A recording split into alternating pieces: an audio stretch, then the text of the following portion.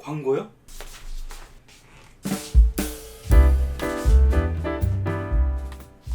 라카 여러분 안녕하십니까, 락서입니다. 자, 그렇습니다 여러분. 인트로에서도 보셨겠지만 오늘은 광고가 포함된 영상입니다. 아니, 얼마 전까지 한강 작가 덕분에 이렇게 많은 관심을 받고 그래서 뭐 벌써 광고를 진행하냐 이렇게 생각하실 수 있겠는데, 사실 이 건은 이미 이전부터 논의되고 있었던 건이긴 합니다. 그래서 얘는 뭔데 그새 얼마 됐다고 바로 광고를 하네 이렇게 생각하지 말아주시고, 이 락서가 좀 이제 성장을 하는구나, 앞으로 나가는구나 이렇게 생각을 해주시면 좋을 것 같은데요. 근데 광고 영상이라고 그 책 한 권만 리뷰하는 것은 아니고요.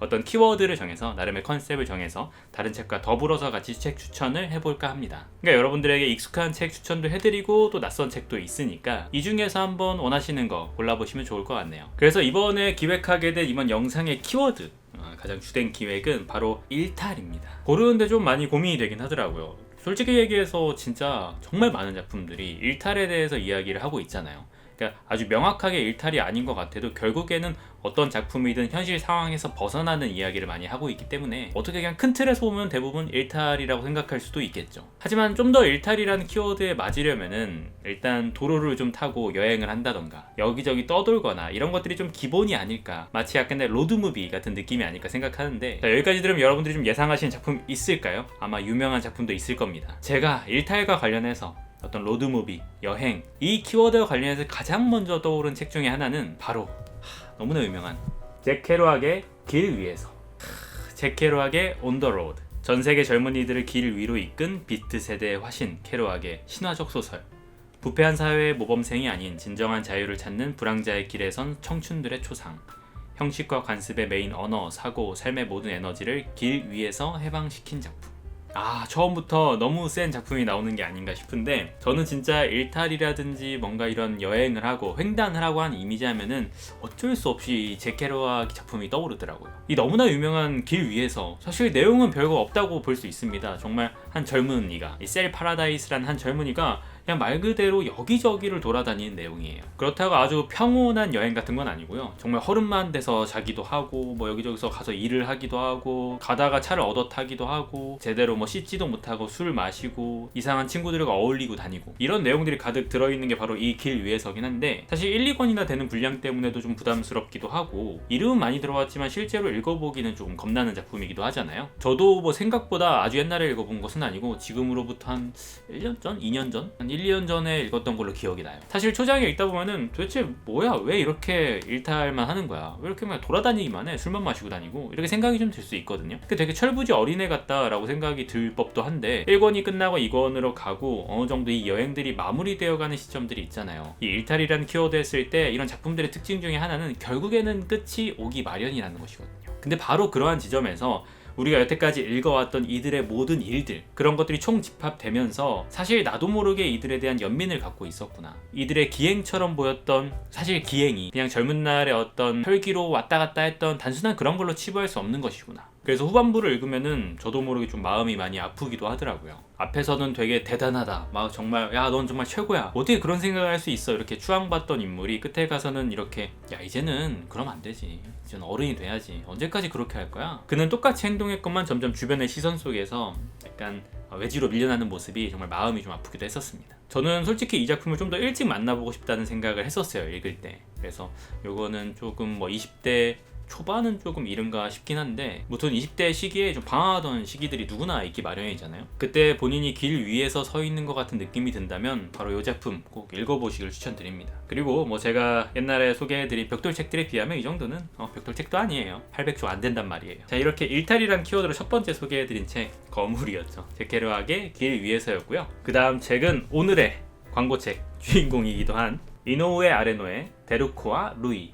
70살 동갑내기인 그녀들은 줄곧 참기만 한 삶에 지쳤다. 결국 인내심이 한계에 다다른 루이는 데루코에게 SOS를 청하고, 데루코는 기다렸다는 듯 일말의 주저함도 없이 남편의 은색 BMW를 훔쳐 루이에게로 향한다.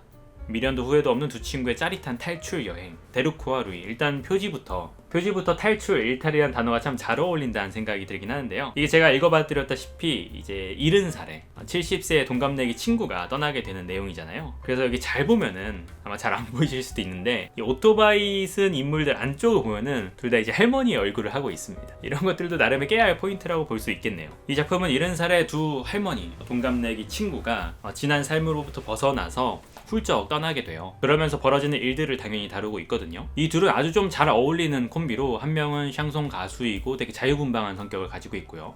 또 한 명은 되게 그냥 평범한 집안, 어떤 부자 남편 밑에서란 표현은 좀 그런데 데루코의 삶을 생각하면 좀 그 말이 맞는 것 같기도 하고요. 부유한 가정의 아내로서 그냥 평생을 살아왔던 인물이었는데 이 둘이 환상의 콤비로 둘이 여행을 떠나게 되는 것이죠. 근데 이쯤 되면은 여러분 데루코와 루이란 이름에서 혹시 무언가를 눈치채신 분들도 있지 않을까요? 근데 좀 고백하자면 저는 몰랐어요. 저는 책 이외의 다른 장르를 잘 알지 못하거든요. 그래도 알고 보니까 이름을 들어보기도 했던 91년도 리들리 스콧 감독의 영화였던 델마 루이스라는 작품이 또 있잖아요. 표지도 아주 인상적이고 결말 역시도 당시에 많은 충격을 주기도 했던 작품인데 바로 그 작품을 모티브로 한 거였더라고요. 자, 그러니까 그 영화를 좀 아시는 분들이라면 이 작품이 어떤 식으로 흘러갈지 대략 어떤 내용이겠구나 그런 것들이 좀 감각이 딱 와닿으시죠. 근데 좀 다른 점은 이 델마 루이스와 다르게 이 둘은 이제 70살이잖아요. 그러니까 할머니들이란 말이에요. 그래서 영화와는 달리 좀 범죄를 저지르더라도 그렇게 뭐 대단한 것을 저지르진 않습니다. 그러니까 단적으로 말해서 이 70살 할머니들이 뭐 총을 쏘진 않겠죠. 그보다는 남편의 BMW를 훔치는 것으로 시작을 해서 잘 쓰지 않는 별장에 몰래 침입을 해서 산다든지. 하지만 딱 그것마저도 이들에게는 엄청난 일탈이기도 하잖아요. 작품 자체는 뭐 전반적으로 약간 힐링 소설이라고 봐도 될 정도로 아주 평이하게 읽히긴 합니다. 인생 2회차에 이들이 지난 삶을 벗어나서 어떻게 살아가는지 그걸 보는 재미가 무엇보다 있기도 하고요. 그리고 저는 개인적으로 이런 어쨌든 떠난 작품들 결국에는 끝이 있기 마련인데 그 마무리를 어떻게 하느냐가 되게 중요하다고 생각을 해요. 뭐 아주 씁쓸한 방식으로 마무리를 할 거냐, 뭐 일상으로 다시 돌아간다든지 아니면 때로는 어떤 비극적인 방식으로 마무리를 할 거냐. 근데 그 어느 것도 이 작품의 톤과는 어울리지 않는다 생각이 들었거든요. 그래서인지 결말 역시도 이 작품을 읽어나가는 톤과 비슷하게 마무리를 짓습니다. 되게 따스하고 저절로 좀 웃음이 지어지는 방식으로 말이죠. 근데 그게 또 아주 잘 어울리는 결말이라고 생각이 들기도 했어요. 그래서 저는 이거 읽으면서 책인데 마치 일본 영화 한 편을 본 것 같은 느낌이 들더라고요. 이거 영화로 딱 만들면은 되게 따스한 이미지들이 딱 생각이 나고 장면들을 되게 살려내기 좋겠다라는 생각이 들었습니다. 말씀드린 것처럼 작품은 뭐 아주 어렵거나 첨예하거나 이런 이야기 자체를 다루고 있진 않습니다. 그냥 두 할머니의 개인적인 일탈에 가깝다고 보시면 될 것 같아요. 하지만 바로 그렇기 때문에 더욱더 좀 따스한 느낌이 들기도 하고 뭐랄까 개인적이면서 소박한 느낌이 들기도 하는 작품입니다. 그러니 복잡하게 생각하실 거 없이 뭔가 일상의 문제로부터 좀 벗어나고 싶을 때 이 데루코와 루이가 그러했듯이 여러분들도 이 책을 통해 잠깐 일탈해보시는 건 어떨까 싶기도 하네요. 여기까지가 지난 10월 10일에 출시했던 이노우에 아레노의 데루코와 루이라는 책이었습니다. 자, 그럼 여기서 멈추지 않고 다른 책들도 한번 추천 계속 드려봐야겠죠.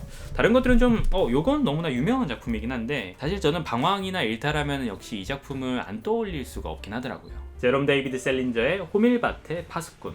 뭐 이 작품이야 사실 말해 뭐 하겠습니까. 너무나 유명한 작품이죠. 이 홀든 콜필드라는 한 소년이, 청년이라고 하기엔 좀 아직 너무 어리기도 하고 그냥 한 학생이 갑작스럽게 학교를 떠나서 잠시 일탈을 벌이는 내용을 다루고 있습니다. 이 작품은 아마 뭐 이름을 안 들어보신 분들도 거의 없을 것 같고 대부분 좀 많이 읽어보신 작품이라 생각이 들기도 하는데 이 홀든 콜필드의 방황 이걸 따라가다 보면은 우리의 어린 시절, 옛 시절이 좀 생각이 나기도 하고 동시에 그가 마냥 어떤 유쾌한 방식으로 또 성공하기만 하는 것은 아니거든요.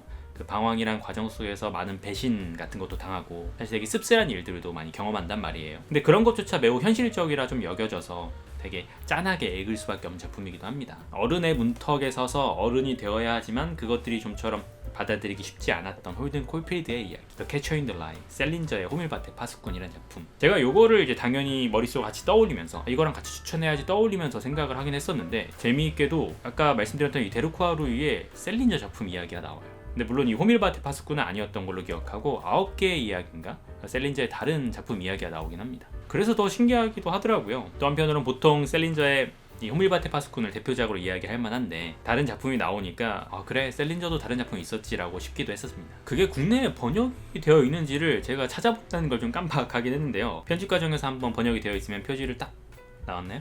띄워보도록 하고, 그 외에도 작품 속에서 다른 작품 역시 언급이 되기도 했었거든요. 너무나 유명한 뭐 다자이 오사무 작품도 언급이 되기도 했었고. 근데 참 신기해요. 뭐 그것과 별개로 저도 그냥 일탈이라는 키워드 때문에 좀 넣어볼까라고 생각을 하긴 했지만, 뭔가 인간 실격은 이 톤과 좀 어울리지 않는다는 느낌도 들기도 했었고, 특히나 뭔가 이렇게 활발한 느낌이 좀 없기도 하잖아요. 그래서 좀 빼기도 했네요. 자, 이렇게 3권의 해외 작품을 좀 소개해드렸는데 좀 아쉽잖아요.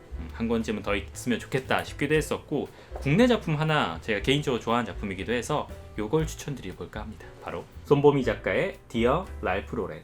이게 2017년에 나왔던 손보미 작가의 장편 소설입니다. 손보미 작가의 작품은 뭐 이후에도 읽어보신 분들이 있으리라 생각이 들긴 하는데, 저는 아주 옛날에 이 손보미 작가의 작품을 이걸로 시작을 해봤었고, 일단 표지가 너무 이쁘잖아요. 어떻게 이런 표지를 뽑을 생각을 했지? 이 표지 때문이라 좀 많이 기억에 나는 작품이기도 합니다. 이 작품의 내용 역시 한 종수라는 20대 청년이죠. 대학에서 공부하고 있는 종수라는 청년이 어느 날 갑자기 담당한 교수로부터 갑자기 통보를 받게 돼요. 뭐 쉽게 말하면은 이제 종수 씨, 당신은 이제부터 우리와 함께 할 수 없습니다. 이런 식으로 이야기를 하는 것이죠. 그러면서 이제 이 문장을 이야기하는데, 이 기쿠 박사가 자네는 그냥 여기와 어울리지 않는 거야 하면서, 종수, 인생은 길어. 정말이지 길어. 이렇게 딱 이야기를 하거든요. 근데 거기에 주인공이 이렇게 속으로 생각합니다. 나는 그게 개소리라고 생각했다. 자, 이렇게 이 작품은 이 종수라는 한 유학생이 갑자기 해외에서 일이 탁 끊겨버리면서 자신의 진로 역시 막혀버린 거잖아요. 짐을 정리하다 보면서 자신의 지난 갖고 있던 편지들을 우연찮게 발견하게 돼요. 근데 거기에 과거 고등학교 친구기도 했던 수영의 편지가 한 장 남아있는 거예요. 사실 내용도 별거 없었어요. 수영은 편지에다 뭐라고 적냐면, 디어 종수, 나는 아주 잘 지내. 곧 결혼식을 올릴 거야. 나는 무척 행복해. 너도 잘 지내길 바란다. 바로 이 편지를 딱 읽고 나서 종수는 지난 동안 잊고 살았던 기억을 딱 하고 떠올리게 됩니다. 그러면서 사는 동안 내내 계속 생각도 해오지 않고 있었지만 한때는 자신을 되게 사로잡았던 이야기들, 수영과의 이야기, 그러면서 이 디어 랄프 로렌, 랄프 로렌의 이야기를 추적하는 것이 이 내용의 주된 이야기라고 보시면 될 것 같습니다. 좀 뜬금없긴 하죠. 아니 갑자기 이게 왜 내용이 그렇게 돼? 왜 갑자기 랄프 로렌을 쫓아가?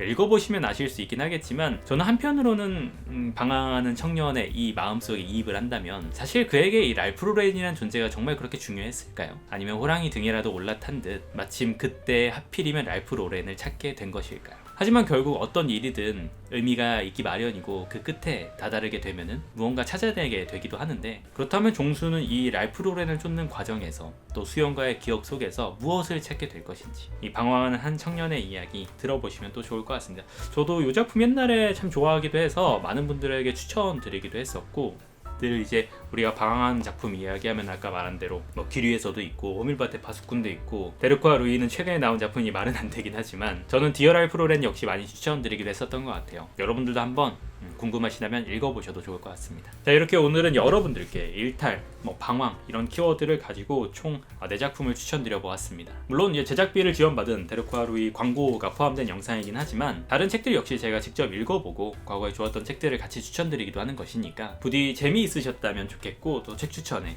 다음 책 선정에 도움이 되셨으면 좋겠네요. 자, 아무튼 오늘의 영상은 여기까지고요. 덕분에 그래도 많은 관심도 받고 덩달아 이렇게 광고도 하게 되네요. 모두 다 꾸준히 봐주시고 또 관심 가져주신 여러분들 덕분이라고 생각합니다. 앞으로도 계속해서 독서, 문학시장에 대한 애정 부탁드리면서 저는 또 다음에 돌아오도록 하겠습니다. 그럼 안녕히 들어가세요.